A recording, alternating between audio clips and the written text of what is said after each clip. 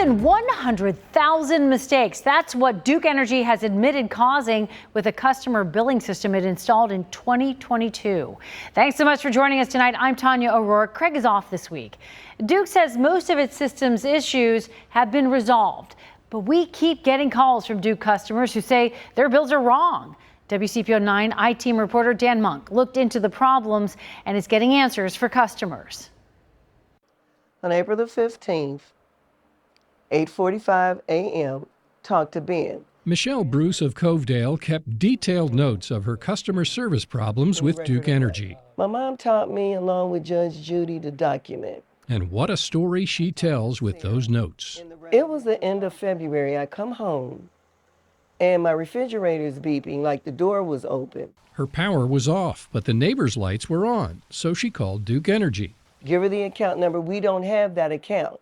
I said, well, my Duke is off, and I just made a payment. After 45 minutes on the phone, she got an explanation. Well, I guess because of Michelle L. Bruce, same name, registered for her power to be turned on in Florida, they thought it was me, so they wiped me out, hooked her services up in Florida. It's one of more than 100,000 customer billing mistakes Duke has admitted since 2022 in filings with the Public Utilities Commission of Ohio. Duke says most of its system issues have been corrected and customers reimbursed where appropriate. But we keep hearing from customers who say otherwise. Because the numbers just seem out of whack. Steve Finzer of Anderson Township saw big jumps in his electric usage in the last 5 months, including an 80% increase in May when he and his wife were in Boston for 2 weeks. Nothing has changed in our lifestyle. We haven't really added anything. We had a new furnace and a new heat pump put in 2019. The PUCO is offering 2 solutions. One calls for Duke to pay for a third-party audit of all customer complaints since July 2022.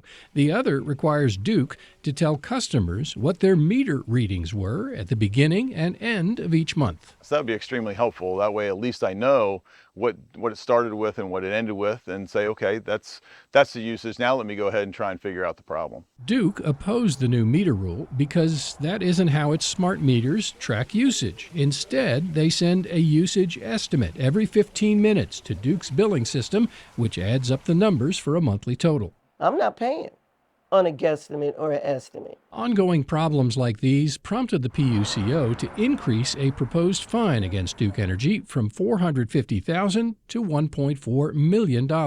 But Cincinnati's Legal Aid Society questions whether any of that money will go to customers and whether Duke will give a full accounting of its mistakes. Legal aid attorney Phil Rich told me customers who are concerned about their Duke Energy bill should complain to the PUCO. You can do that online by scanning this QR code, or you can call 800-686-PUCO. Welcome to the Public Utilities Commission of Ohio. Bruce's attorney has other concerns. We think because of the way that they've been mixing up her name, and we've gotten reports of other mixed up names at Duke Energy, that they may be taking money out of lots of different people's accounts. Mark Dan is a former Ohio Attorney General who is trying to bypass the PUCO with his lawsuit that alleges Duke's billing mistakes violated state and federal law by taking money out of Bruce's bank account without her permission. Michelle was, on the edge. She had lost her second job, and she that money, that's $244 doesn't sound like much, but in her life, that was the difference being able to make her mortgage payment or not. It could be the difference between her ability to get her diabetes medicine. These are real issues that affect real people. I asked Duke officials to talk to me about why these mistakes keep happening more than 2 years after they began. They wouldn't talk on camera, and they wouldn't give me a number of customers who got refunds after mistakes were made. They did issue an apology, saying they're sorry for any inconvenience these errors may have caused.